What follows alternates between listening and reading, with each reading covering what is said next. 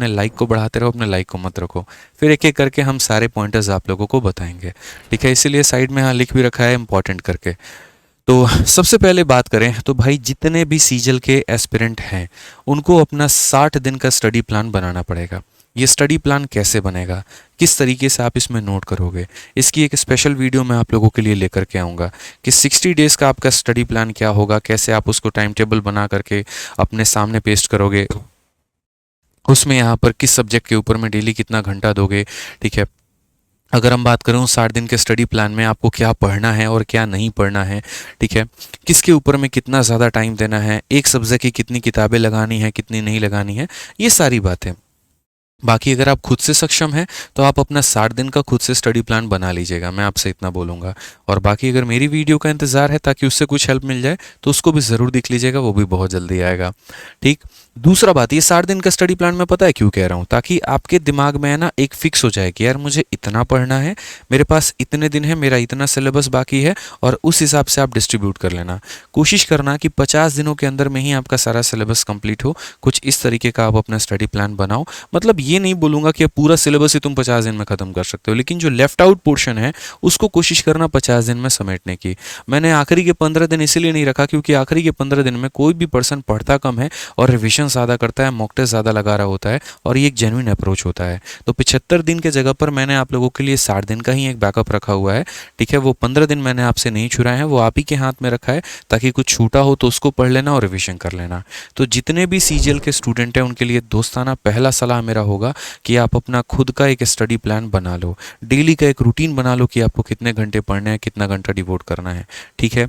दूसरा, कोशिश करो इस समय ज़्यादा से ज़्यादा अपने सिलेबस को कवर करने की, ठीक है। जैसे काफ़ी सारे बच्चे अभी इंतज़ार कर रहे हैं कि सर आप लोगों की जो सीजीएल की मैराथन आएगी हम उससे पढ़ेंगे। भाई नो डाउट वो आ रही है, और एक बहुत ही प्यारी सीरीज़ हम आप लोगों के लिए लेकर के आ रहे हैं। आज पूरा दिन उसी के ऊपर में मीटिंग हुआ है, और हमारे रैंकर्स गुरुकुल चैनल पर बहुत ही प्यारी सीरीज़ आएगी। लेकिन क्या तब तक आप उसका इंतज़ार करेंगे? तब तक आप अपनी पढ़ाई का नुकसान करेंगे? नहीं ना। अगर आपके पास में रिकॉर्डेड बैच है तो आप वहाँ से पढ़िए। आप यूट्यूब से पढ़ना चाहते हैं तो अभी हाल फिलहाल 16 दिन 16 मैराथन कंप्लीट कराई है, आप वहाँ से पढ़िए। मिक्स प्रैक्टिस करना है तो अभी मॉक टेस्ट करा रहा हूँ, वहाँ से करिए। आपका कुछ भी छूटा है वोकैबुलरी में या जो भी आपने नोट्स बनाए आप वहाँ से पढ़िए। लेकिन अभी से कम 10 से 12 घंटे की अपनी सिटिंग बनाइए, और यहाँ पर जो भी इनकम्प्लीट सिलेबस है उसे ख़त्म करो। जिस भी सब्जेक्ट में आपका सिलेबस बाकी है, अगर आपने किसी टीचर का पेड बैच ले रखा है तो उसको 2x की स्पीड पर देख देख के ख़त्म करना शुरू करो। क्योंकि अगर प्री तक सिलेबस ख़त्म नहीं किया तो मेंस में प्रैक्टिस नहीं कर पाओगे, और अगर मेंस में प्रैक्टिस नहीं किया तो नौकरी हाथ में नहीं ले पाओगे। मेंस सिलेबस कंप्लीट करने का खेल नहीं है, मेंस प्रैक्टिस का खेल है, याद रखना। प्री में सिलेबस कंप्लीट करने से हो भी सकता है, लेकिन मेंस में तुम्हारा सिलेबस काम नहीं आएगा, तुम्हारा प्रैक्टिस काम आएगा। इस बात को मेरे दोस्त ध्यान रखना, ठीक है। तो जितना सिलेबस वाला तांडव है वो तुम यहीं पर ख़त्म करो अपना, ठीक। तीसरा पॉइंट जो हम बोलेंगे वो ये बोलेंगे कि रिवीजन ऑफ सिलेबस। सिलेबस अगर कंप्लीट करोगे तो उसका बैकलॉग में रिवीजन भी करना होगा। तो इस तरीके से अपने 60 डे के प्लान को बनाना कि हर 7 से 8 दिन पर आपको ये मौका मिल जाए। जैसे क्या करना है, 7 दिनों में 5 या 6 दिन आपको पढ़ाई करनी है, और एक सैटरडे या संडे वाला दिन पूरा डिवोट करना है कि आज कुछ नहीं पढ़ेंगे, आज सिर्फ और सिर्फ उसको रिवाइज करेंगे जो हमने आखिरी के 6 दिनों में पढ़ा है। नहीं तो भाई एक तरफ तुम पढ़ते जाओगे और दूसरी तरफ गायब होते जाएगा। परसेंटेज से प्रॉफिट लॉस में आते आते पूरा परसेंटेज खत्म हो जाएगा, अरिथमेटिक से एडवांस पर आते आते सब खत्म, नाउन से प्रोनाउन पर आते आते सब खत्म, नाउन के एरर तो लग जाएंगे, मिक्स एरर में कहानी खत्म हो जाएगी। तो इसीलिए बेहतर है कि जो पढ़ रहे हो उससे कई गुना ज़्यादा फोकस करना रिविजन के ऊपर में। तो यहाँ पढ़ना है और यहाँ रिवाइज करना है, इस तरीके से अपने टारगेट को लेकर के चलना है, ठीक है। उसके बाद में प्रीवियस ईयर के ऊपर में अभी फोकस रहना। काफ़ी ऐसे बच्चे होते हैं, मैं पेड बैच में भी देखता हूँ, एक लड़का है अश्विन नाम का, ठीक है। आज मैं उसकी चर्चा भी यहाँ पर इतने सारे बच्चों में कर रहा हूँ। उसने ये कहा ना कि सर मेरा रूममेट जो है ना फलाने सर के पास में पढ़ता है और बड़ा टफ क्वेश्चन वो करवा रहे होते हैं। ठीक है सर, आपकी शीट में यहाँ पर है ना बहुत टफ क्वेश्चन नहीं है, तो मुझे बड़े यहाँ पर एक बार डर लग रहा होता है कि यार इतने जो कैट वैट वाले क्वेश्चन है सर, अगर मैं वो नहीं लगाऊंगा तो क्या मेरा सिलेक्शन नहीं होगा क्या। उसको मैं समझा के थक गया हूँ, लेकिन वो समझने वाला नहीं है। आप अश्विन की तरह मत बनना। इसीलिए मेरे भाई, क्योंकि आप भारत में जितनी भी परीक्षा देख रहे हो ना, सारे के सारे भी प्रीवियस ईयर के ऊपर में ही हो रहे हैं। और एसएससी का परीक्षा है, आईआईटी का परीक्षा नहीं है। जिस दिन आईआईटी वाले लेवल पर आने लगा ना, तो मैं उस दिन आईआईटी वाले लेवल भी पढ़ाऊंगा आपको, ठीक है। तो अभी हम आपका क्यों फालतू का समय वेस्ट करें। आपके पास में 8 सब्जेक्ट अकेले जीएस में है, आपको इंग्लिश में ही कॉम्प्रिहेंशन अलग पढ़ना है, वोकैबुलरी अलग पढ़ना है, ग्रामर अलग पढ़ना है, तो हम आपको क्यों उतना आपका समय लेकर के बर्बाद करें। तो अभी आखिरी के 6 महीने में कहीं पर भी कोई भी ऐसी शीट, कोई भी ऐसी किताब मत लगाना जो तुम्हारे प्रीवियस ईयर से परे हो, ठीक है। थोड़ा बहुत स्टंट या किक अपने आप को दे सकते हो, लेकिन इतना भी नहीं कि तुम्हें किक लग जाए, इस बात को ध्यान रखो यहाँ पे। तो ज़्यादा जहर वहर के चक्कर में नहीं पड़ना है, कायदे से अपने प्रीवियस ईयर के ऊपर में स्टिक रह करके अपनी तैयारी करनी है, ठीक है। और आपको अश्विन जैसा बिल्कुल भी नहीं बनना, क्योंकि ऐसे बच्चे चिंता ज़्यादा करते हैं, और जितना ज़्यादा चिंता होता है ये अपने लक्ष्य से उतने ज़्यादा दूर चले जाते हैं, क्योंकि इनको अपनी करनी होती है और किसी की सुननी नहीं होती। तो भोगते भी फिर ये खुद ही हैं अपनी हरकतों से, समझ रहे हैं। आपके टीचर ने जो कहा, भाई मेरे भाई जिस भी टीचर को फॉलो कर रहे हो प्यार से फॉलो करो, सिर्फ उसके ऊपर रिलाई करो, ज़्यादा इरेलीवेंट मत जाओ, तुम्हारे समय का क्षति होगा और कुछ नहीं होगा, ध्यान रखना भाई। इसके अलावा जो भी बच्चे सीजल की तैयारी कर रहे हैं वो क्या करते हैं, हम बाद में मॉक टेस्ट दे देंगे, हम मोबाइल से मॉक टेस्ट दे देंगे, अरे हमारे पास लैपटॉप का साधन ही नहीं है, ठीक है ना। तो हम यहाँ पर जो है ठीक है सीधा जाकर के पेपर में ही फोड़ेंगे यहाँ पे। ये सबसे बड़ी गलती आप लोग करते हैं। अरे यार मॉक टेस्ट ऐसी चीज़ है जो आपको एकदम ट्रैक पर रहने में काफ़ी ज़्यादा मदद करती है। मतलब ये रोड का वो डिवाइडर है जो गाड़ियों को बाहर जाने से रोक रहा होता है, जो बता रहा होता है कि तुम्हारी दिशा सीधे है, तुम्हें सीधे गाड़ी चलानी है, तुम्हें लेफ्ट राइट में नहीं देखना है। तो उसी तरीके से मॉक टेस्ट है। अब पहला बात, जो बच्चे मॉक टेस्ट नहीं दे रहे हैं वो हफ्ते में एक बार मॉक टेस्ट देना शुरू कर दो, चाहे तुम्हारा जितना भी सिलेबस कंप्लीट है। क्यों भाई, नोटिफिकेशन आ चुका है, 6 महीने आपके पास में बचे हैं। 7 दिन में अगर यहाँ पर एक दिन में 24 घंटे होते हैं, उस 24 घंटे में भी अगर एक घंटे का मॉक टेस्ट दे दोगे तो कोई मर तो नहीं जाओगे ना, ठीक है। समझो इस बात को लेकर के। तो कम से कम शुरू में यहाँ पर एक मॉक टेस्ट तो अभी से देना शुरू कर दो, क्योंकि अगर तुम एकदम बिगनर हो तो ये वाला पेपर तुम्हारे लिए ऐसे भी नहीं है, लेकिन अगर थोड़ी बहुत तैयारी तुम्हारी है तो ये पेपर है। और अगर ये पेपर है तो इसके लिए अभी से ही अपना मॉक टेस्ट का जो है वो एक तरीके से आदत लगाना शुरू कर दो। अभी रिसेंट में क्या करना है, सिर्फ हफ्ते में एक मॉक टेस्ट देना है। जैसे जैसे ये समय कम होता चला जाएगा वैसे वैसे आप अपने उस हफ्ते को ऑल्टरनेट डेज पर लेकर आना, फिर उसको डेली लेकर के आना, और फिर बाद में दिन में 2 टाइम अपना मॉक टेस्ट लगाना। तो ऐसा नहीं होता कि अभी से दिन में 2-2 मॉक टेस्ट देना, बिल्कुल भी नहीं। एक लय होता है, एक तरीका होता है। हमने पेपर निकाला है भाई, 5-5 सरकारी नौकरियां निकाली हैं, अच्छे रैंक के साथ निकाली हैं, ऑल इंडिया रैंक 114 रहा है, हर पेपर में 50-50-50 रहे हैं, कम से कम 700-800 मॉक मैंने दिए हुए हैं। तो उसका एक एक्सपीरियंस है जो मैं आपके साथ में शेयर कर रहा हूँ।